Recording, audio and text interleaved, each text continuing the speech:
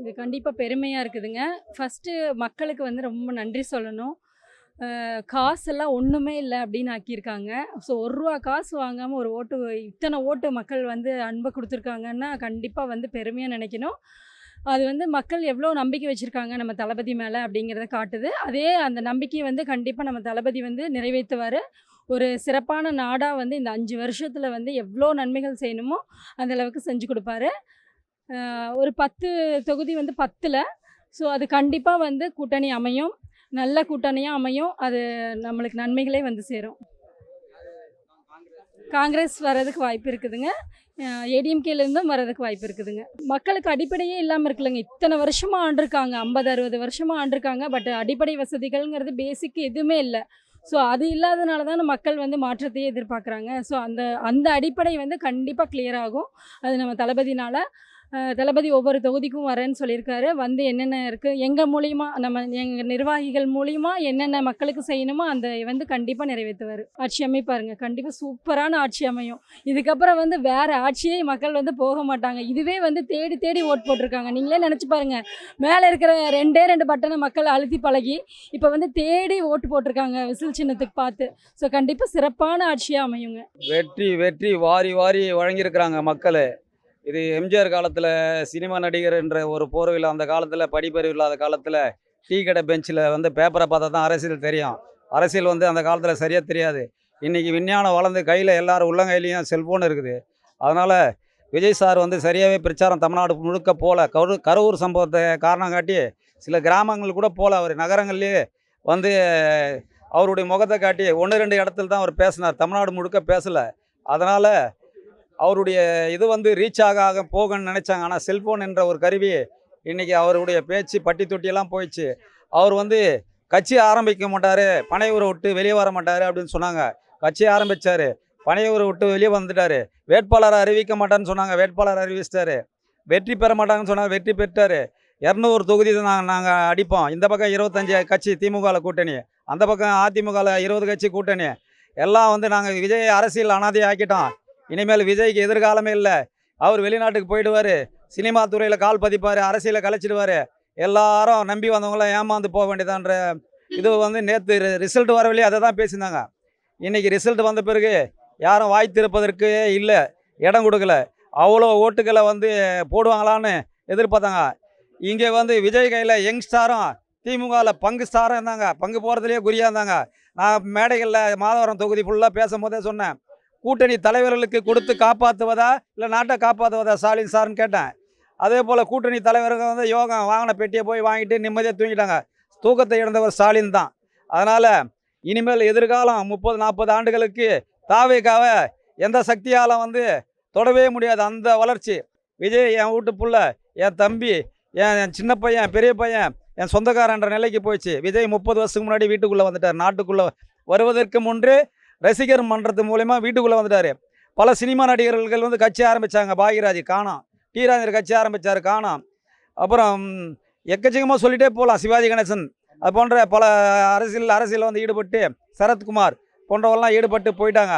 விஜய் கூட ஜொலிக்க மாட்டாருன்னு சொன்னாங்க. ஆனால் வாகைப்பூ வெற்றி வாகை சூட்டார். வெற்றியே வந்து 100 தாண்டுமான்னு கூட கேள்வி இருந்தது. 108 கொடுத்துட்டாங்க தமிழ்நாடு மக்கள். அவர் மட்டும் பட்டி தொட்டியெல்லாம் போயிருந்தாருன்னா மொத்தமே கெஜ்ரிவால் டெல்லியில் தொடப்பக்கட்ட சின்னத்தை வாரி வழங்கின போல் இந்த நம்ம விஜய் சாருக்கும் இந்த விசில் சின்னத்தை வாரி வாரி வாரி மக்கள் கொடுத்துருப்பாங்க. அவர் சரியாக பிரச்சாரத்துக்கு போக முடியல, டைம் இல்லை. அதனால் குறுகிய காலத்து பிரச்சாரத்துக்கு இவ்வளோ பெரிய வெற்றி கொடுத்த தமிழ்நாட்டு மக்களுக்கும் மற்றும் கட்சி உழைச்ச கட்சி நிர்வாகிகளுக்கும் அதை ஃபாலோ பண்ண மாநில நிர்வாகிகளுக்கும் எல்லாருக்கும் கோடான கொண்டு நன்றி. விஜய் வந்து தொடர்ந்து 5 வருஷம் சிறப்பான ஆட்சி தருவார். இல்லை மாடலே அவர் மாடல் தாங்க.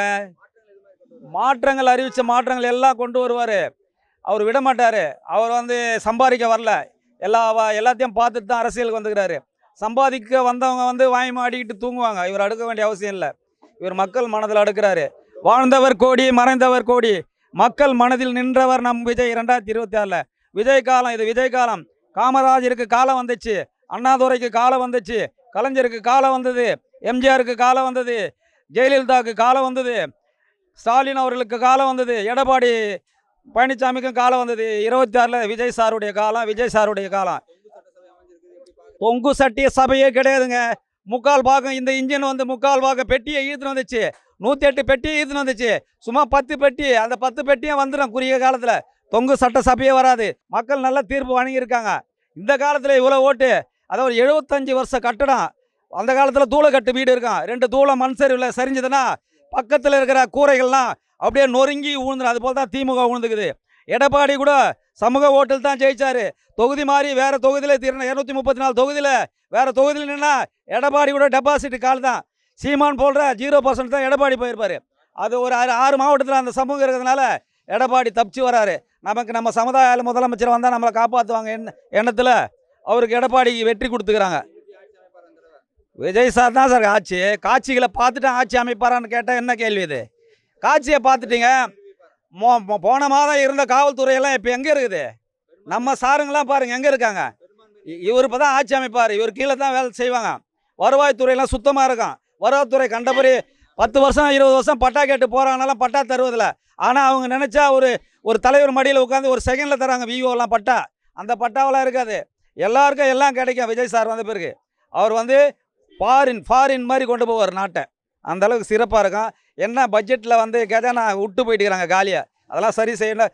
இந்த 5 ஆண்டுகளில் பூர்த்தி செய்யும்போது விஜய் நல்ல பெயரோடு தான் வெற்றி கொடுப்பார். ஆனால் இது ரொம்ப வந்து மக்கள் தளபதிக்காக கொடுத்த ஒரு மிகப்பெரிய வாய்ப்புன்னு தான் நான் சொல்லுவேன் என்ன கேட்டால். ஆனால் தளபதி வந்து அரசியலுக்கு வந்து பணம், அதாவது அரசியலாக பார்க்காம அவர் வந்து ஒரு மக்கள் சேவையை தான் அவர் பார்த்துட்ருக்காரு. அப்படிங்கும்போது அவருக்கு இது கிடைச்ச ஒரு பெரிய வாய்ப்பாக தான் நான் பார்க்குறேன். அதே மாதிரி தளபதியும் அதை அப்படி தான் அந்த கண்ணோட்டத்தில் தான் பார்ப்பாருன்னு நான் நினைக்கிறேன். அதனால் மக்கள் வந்து இந்த முறை மிக சிறப்பான ஒரு தேர்தலை சந்திச்சாங்க. ஒரு நல்ல சிந்திச்சு இந்த வாக்கை செலுத்தியிருக்காங்க. எனக்கு தெரிஞ்சு பல வருஷத்துக்கு அப்புறம் வேல்யூபிளான ஒரு ஓட்டு இந்த தடவை போட்டிருக்காங்கன்னு நான் நினைக்கிறேன்னா. ரொம்ப நன்றி. மாற்றங்கள் அப்படின்னா உங்களுக்கு தெரியும்னா தளபதி வந்து ஒவ்வொரு கூட்டத்துலேயும் வந்து பல நலத்திட்டங்களை பற்றி தகவல் சொல்லியிருக்காரு. அதெல்லாமே வெறும் வார்த்தைகளாமல் இல்லாமல் செயல்பாட்டுக்கு நிச்சயமாக கொண்டு வருவார். ஏன்னா நாங்கள் மக்கள் இயக்கத்தில் வெகு நாட்களாக பயணிக்கிறோம், பல வருடங்களாக பயணிக்கிறோம். தளபதி வந்து சொல்கிறத தான் செய்வார். கண்டிப்பாக சொல்கிறத செய்வார். அதாவதுனா இது தொங்கு சட்டசபைங்க விட இது மாபெரும் தளபதிக்கு வந்து இது மிகப்பெரிய வெற்றி தான். அதுபோக தளபதிக்காக மக்களுக்காக ஏதாவது ஒன்று செய்யணும்னு மற்ற கட்சிகளையும் நிச்சயமாக பயணிப்பாங்க. அவங்க நிச்சயமாக தளபதிக்கு கை கொடுப்பாங்க. கூடிய சீக்கிரம் தளபதி அரியணையில் அமருவாருண்ணா. அது அப்படி தான் நான் அதை பார்க்குறேன். நன்றி. தளபதி வந்து ஒரு நடிகர்னு சொல்லி ஏளனமாக பேசினவங்களுக்கு எல்லாத்துக்குமே ஒரு பதிலடியாக தளபதி எதுவுமே சொல்லாமல் செஞ்சு காட்டிட்டார். இனிமேல் மக்களுக்கு அதே மாதிரியே நல்லதையே செய்வோம். ஓட்டு போட்ட பொதுமக்களுக்கு அனைவருக்கும் மிகப்பெரிய நன்றியை தெரிவித்துக் கொள்கிறோம். மாற்றம் இனிமேல் தான் எங்கள் தளபதியோட ஆட்டமே இருக்குது. எல்லாமே எங்கள் தளபதி பார்த்துக்குவார். எல்லாமே அவர் பொதுச்செயலாளர் அண்ணனும் பார்த்துக்குவார். எல்லாமே அவங்களுக்கு தெரியாத எதுவுமே கிடையாது. இவ்வளோ நாள் எல்லா கட்டமைப்போடு கொண்டு போனாங்க. இனியும் வந்து வருங்காலத்திலையும் நல்ல கட்டமைப்பாக நடக்கும். தமிழ்நாட்டுக்கு நல்லதே செய்வோம். அவங்களுக்கு தெரியும். வரவங்களாம் ரெடியாக இருக்கிறாங்க. அண்ணங்கிட்ட வந்து விஜய் அண்ணங்கிட்ட தலைவிக்கிட்டு வரவங்க நிறைய பேர் இருக்கிறாங்க. வந்துடுவாங்க. அநேகமாக இன்றைக்கே கூட நைட்டு கூட பேசிக்கிட்டு ஃபோனில் கூட பேசிகிட்டு இருப்பாங்க. கண்டிப்பாக வந்துடுவாங்க. நம்பிக்கை இருக்குது. வணக்கம். என் பேர் மணிகண்டன். நாங்கள் அரசு போக்குவரத்து கழகத்தில் வேலை செய்கிறோம். தருமபுரி மண்டலங்க. இது வந்து தலைவரோட வெற்றியை வந்து ரொம்ப சந்தோஷமாக பார்க்குறோம். இது வந்து தமிழ்நாட்டின் நிரந்தர முதல்வராக இருக்கணும்ன்ட்டு மனதார வாழ்த்துறோம். ஆமாம், இது ஒரு பெரிய சாதனை.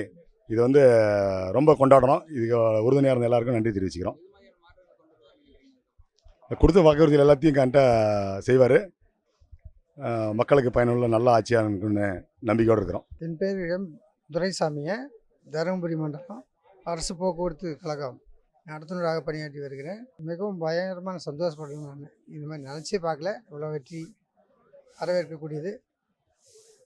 தலைவர் நல்ல ஆட்சி தருவார் என்ற நம்பிக்கையில் அனைத்து மக்களும் நல்ல வாக்களித்துள்ளார். கூட்டணியை மேலே அதிக நிர்வாகிகள் முடிவெடுத்து நல்லாட்சி அமையும். தொடர்ந்து மறுபடியும் விஜய் அண்ணாவே முதல்வராக வர வாழ்த்துக்கள். மக்கள் வந்து பணத்தை வாங்கி தளபதி சொன்ன மாதிரி பணத்தை வாங்கிட்டு செவிலே விசில் ஊட்டி அமைச்சிருக்காங்க. அதுவே எனக்கு தெரிஞ்சு கம்மியாக தான் நான் பார்க்குறேன். எனக்கா நிறைய கள்ள ஓட்டு போயிருக்கு.